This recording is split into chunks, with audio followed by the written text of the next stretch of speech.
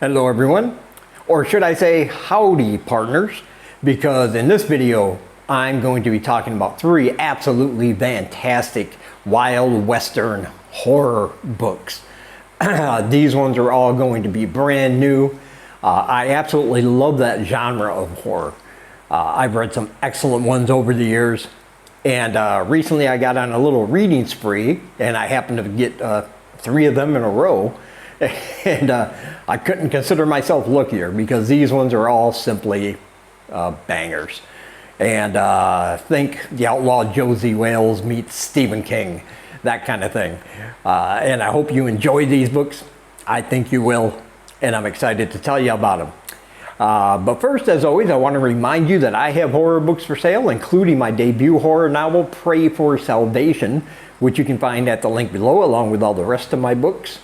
But there's another link down below, and it's special because this is my 250th video on this channel.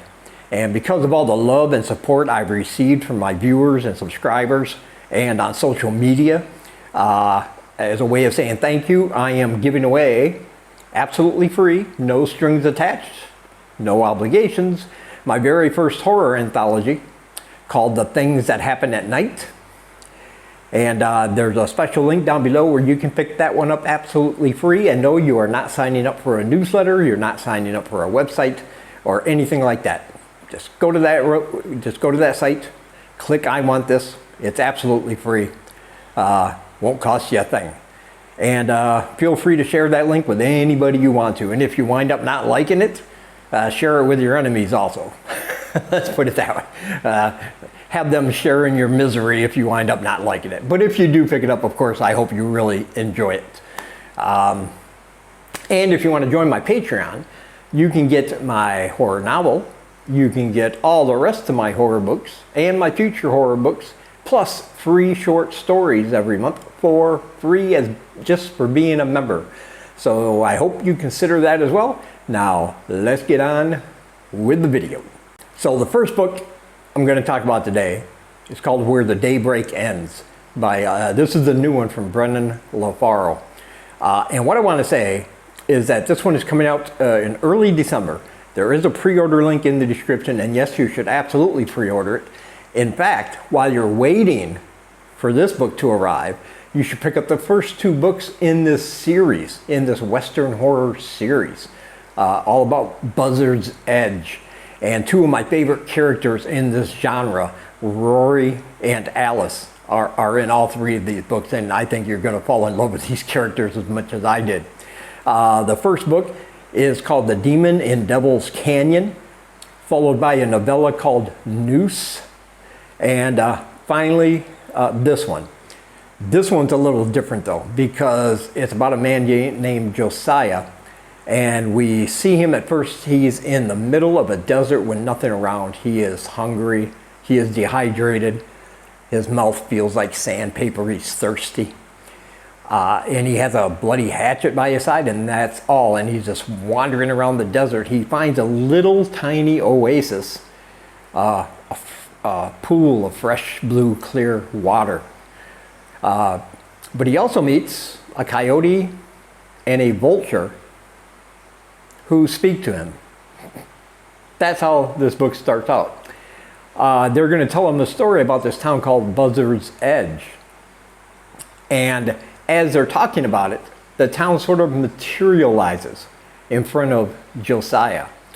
And as they take him to different places in this empty, seemingly empty, small western town, they're going to tell him stories about some of the horrible, terrifying things that went on there and what happened to some of the residents, or perhaps what is going to happen to some of the residents. You'll have to read about that to know what I'm talking about. But these stories are concerning characters from his first 2 books, and continuations of their stories are little asides to their story, different points in their relationships and everything. And I really appreciated that, especially if you read the first 2 fantastic books. It just adds more to that world and more to these characters that I love so much. But you're going to have vampires, you're going to have unspeakable creatures that live in caves, you're going to have murder gone horribly wrong. You're going to have the ghostly haunting. It's everything. And in between each of these stories that this coyote and buzzard, or this coyote and this vulture is going to tell Josiah, we're going to find out some things about him, because he has a very deep, dark secret.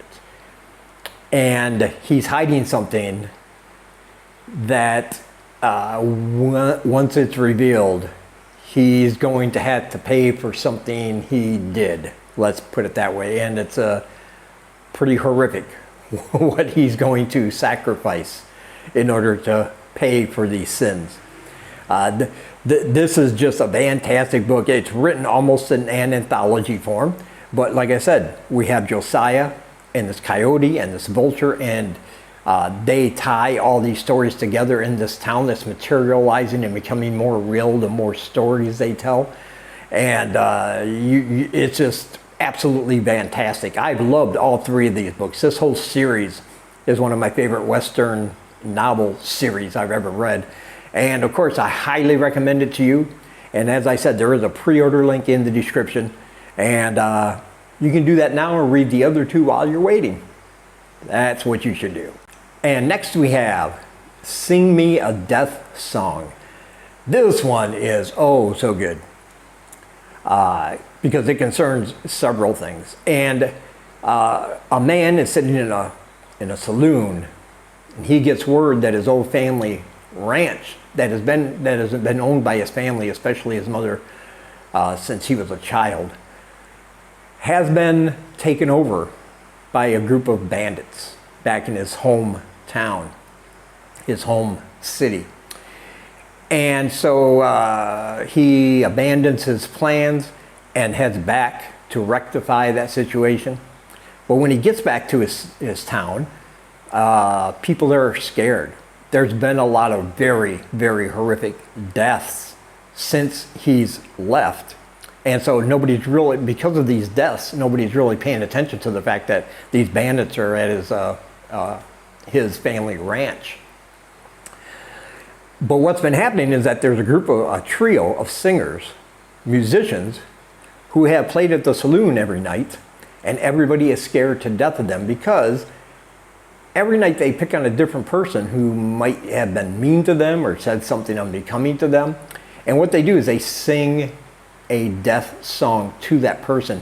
And these songs reflect the most horrific, bloody, brutal, disgusting ways they're going to die during the night. And sure enough, whoever this song gets sung to, they are dead in the exact fashion that they sung about in the morning.